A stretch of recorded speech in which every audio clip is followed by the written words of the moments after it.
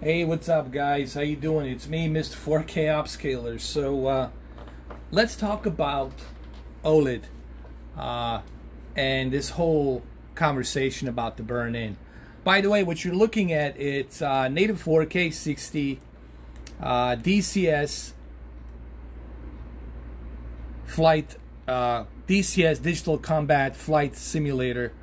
Okay, this is F-18C Hornet, and I'm just using this just to have something play in the on the screen. By the way, I'm not using ultra settings. I'm using medium settings.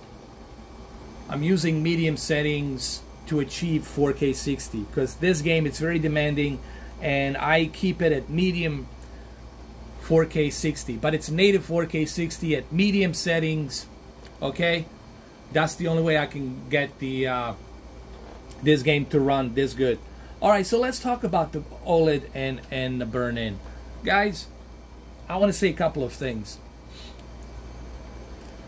I'm aware, I understand that there's a possibility that you might get a burn-in. Okay, I'm aware of that. I'm not turning a blind eye that the burn-in does not exist. Sure, I know what technology this is. I understand how this panel is created and from what is created. All right, I know how organic light emitting diodes work, and I know they can be very sensitive, so I understand that. I completely get that, and I understand why a lot of people are uneasy spending $2,000, $2,200 or even more, or $3,000 for an OLED. I get that. I understand your concern. I'm not blind to it. I want everybody to understand that. But I also want you guys to understand something else. You can't just listen to someone else out there, because you don't know that person. You don't know how long that person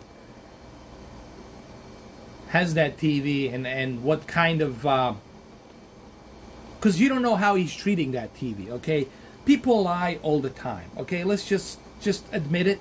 People lie all the time for whatever reasons. Okay, well, whatever reasons.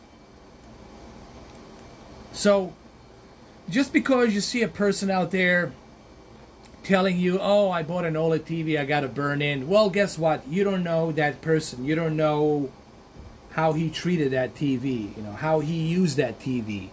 You know, did he take a precautions on that TV? Did he take care of it?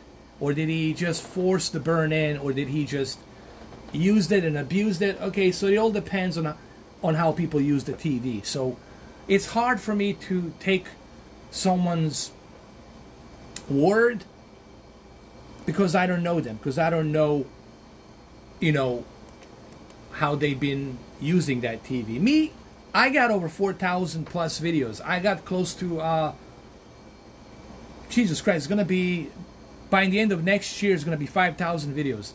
I have done truckload of videos on this OLED. I've been using it. I have my computer connected to it.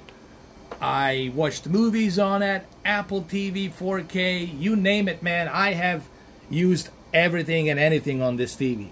All right. The only thing I haven't done is poured the coffee on top of it. And here I am. I'm still using it. There it is, my PC. I'm still using it.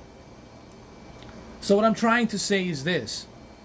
I understand that there's a risk of burn-in on the OLED, just like there was a risk of burn-in on the plasma. But this can happen to any TV. Your LCD LED panel can go wrong, can go bad. The LED light, the LED diode can die, and you have to replace the LED diodes, and that can be expensive. There is no invincible TV, guys. There is no invincible equipment. There's no such a thing as a perfect, you know, bulletproof technology. They all have their positives and negatives, but that's why you have to understand what type of technology are you buying. You have to understand how you're using that technology. You need to do your research when you purchase an OLED, you need to understand, okay, this is the type of technology this is. This is a emissive technology. It's very sensitive to a higher peak brightness.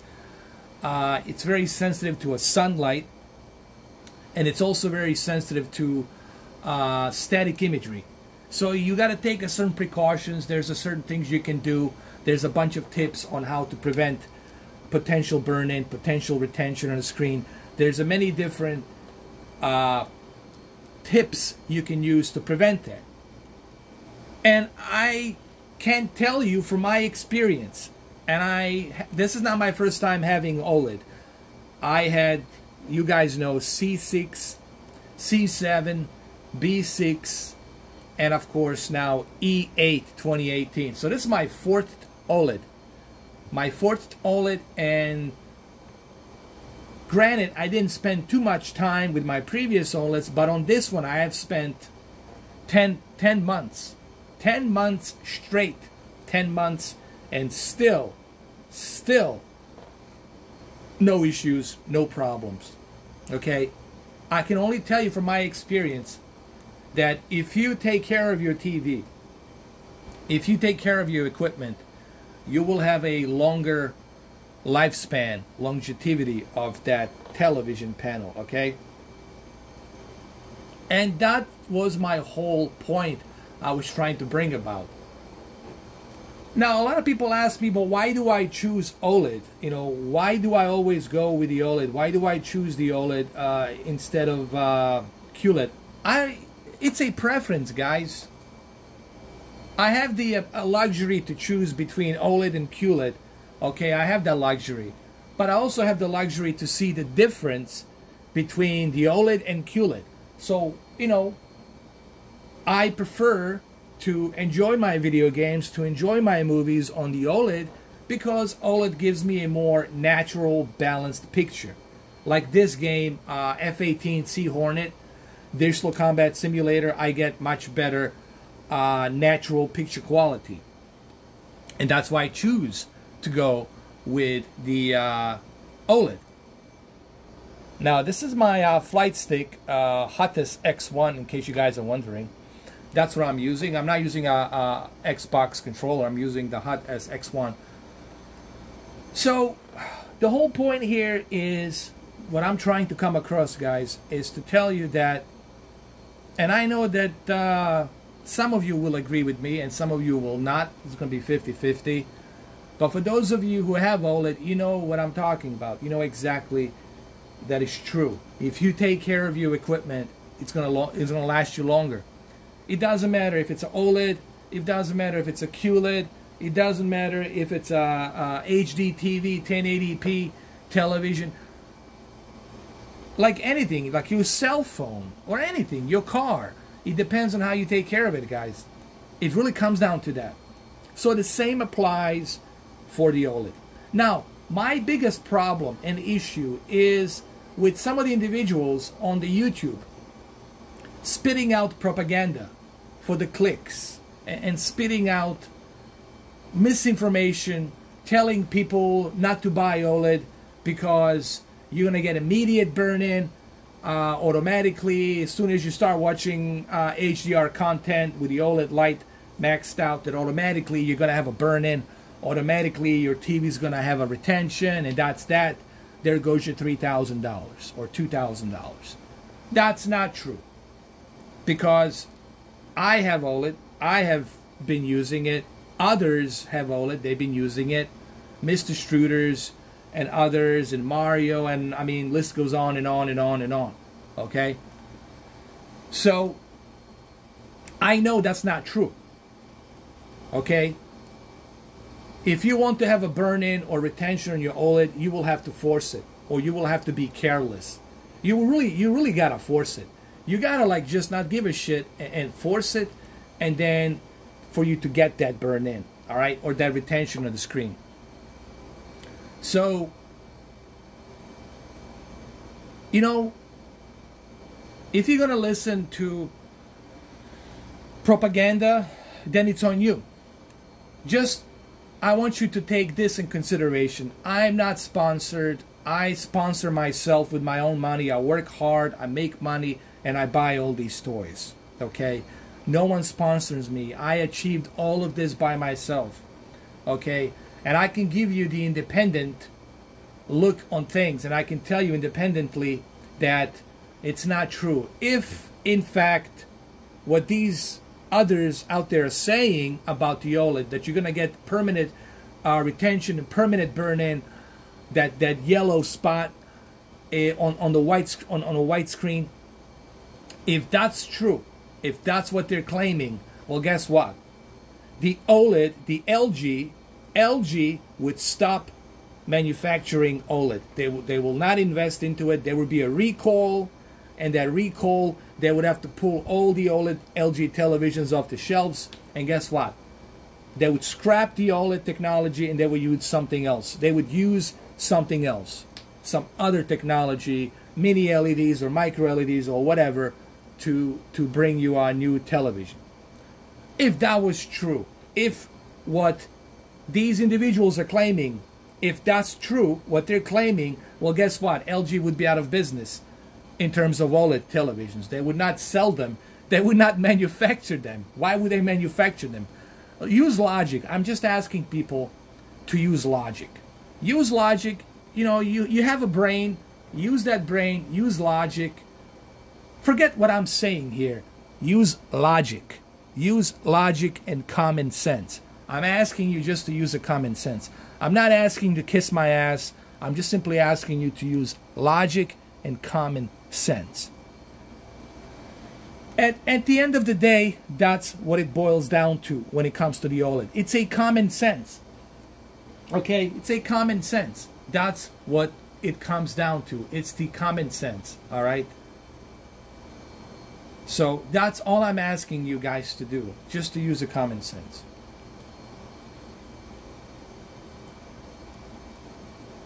This applies to everything. If I don't take care of my PC, well, guess what? My PC will die.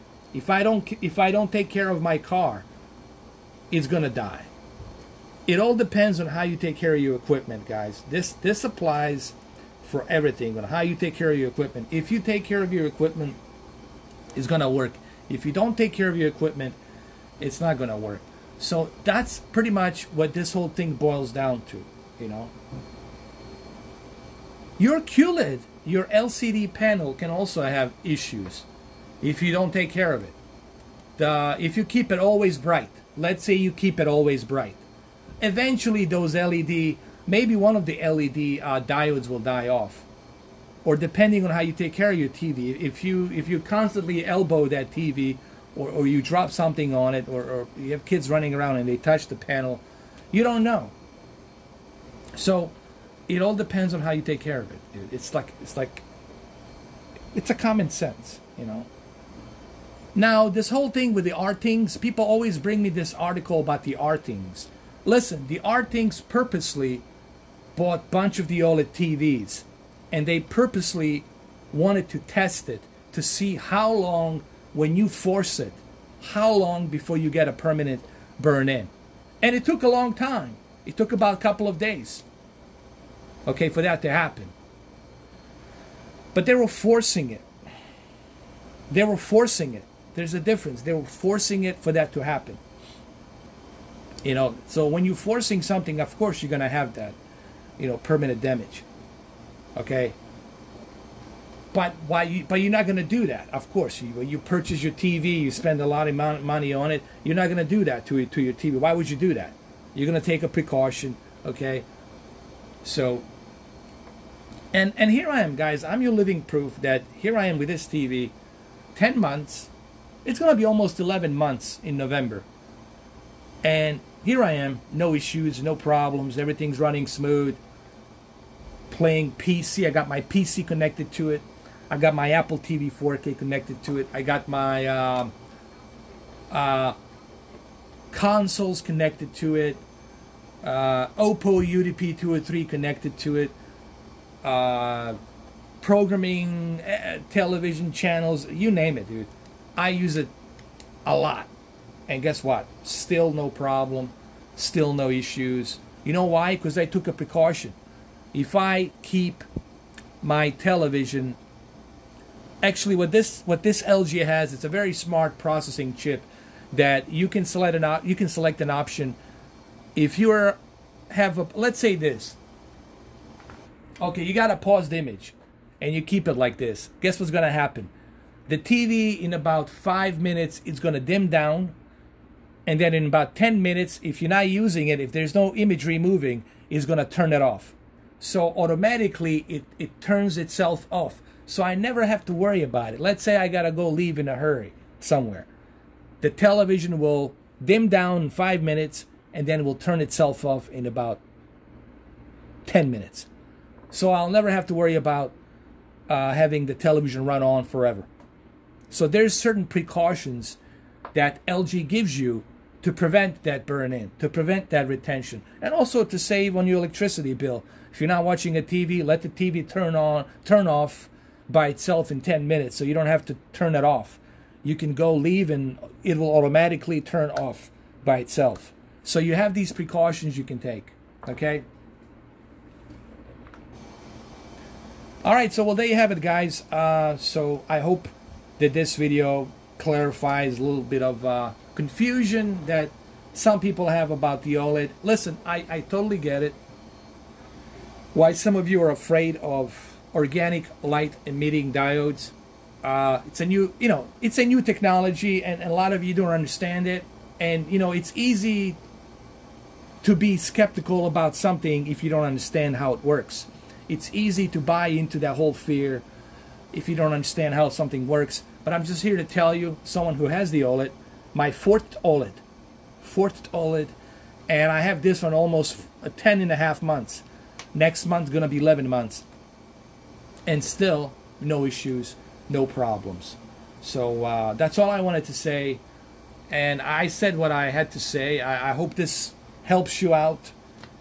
Remember, I'm not here to tell you what TV to go with. I'm not here to tell you what TV to buy. I'm just here to tell you my experience and the difference between the picture quality on these panels. That's what this is all about. That's what I'm all about. Honesty, truth, independent. Okay, so that's it. So everybody's open for their opinions. I respect everyone's opinions, but just remember, don't expect me to agree on your opinion. I will respect your opinion, but I'm not gonna necessarily agree on it depending on what your opinion is. So just remember that. Other than that, guys, thank you for subscribing. I really appreciate that. I just reached 33,500. We're on the road to 34,000. Hopefully we'll hit 34,000 by Thanksgiving. I'm really grateful how far I have really achieved here. I never dreamed that I was going to get this much. For me, it's a big deal. 34,000, it's a big deal for me personally. I know it's not a big deal for some of you, but for me, it is a big deal. So I appreciate it. Thank you. And I'll see you guys on Friday evening. I'll be busy tomorrow. I won't have time tomorrow, but I'll see you on Friday evening. There might be a live stream on Friday evening. Keep an eye on my community forums, and on community forums, it's all there for you. I will keep you posted on what I'm doing. So I'll let you guys know on Friday evening what I'm doing. All right, guys. Well, thank you for watching, and I'll see you on Friday. By the way, before I end this video, this is medium settings. This is medium settings, native 4K 60. I'm not running this at the ultra settings. This is medium settings, native 4K 60, because I want to have a performance with this game. And the VSync, it's turned on, so it's native 4K 60. Medium settings. Medium settings. All the other filters are turned off. So just medium settings, native 4K 60. This is the Digital Combat Simulator. You guys know I love simulations. I also have X-Plane 11. Can't wait for the Flight Simulator 2020. So there you have it, guys. Thank you for watching, and I appreciate all the support and everything. And be good. I'll see you on Friday evening. Thank you. Appreciate it. Cheers. Be good.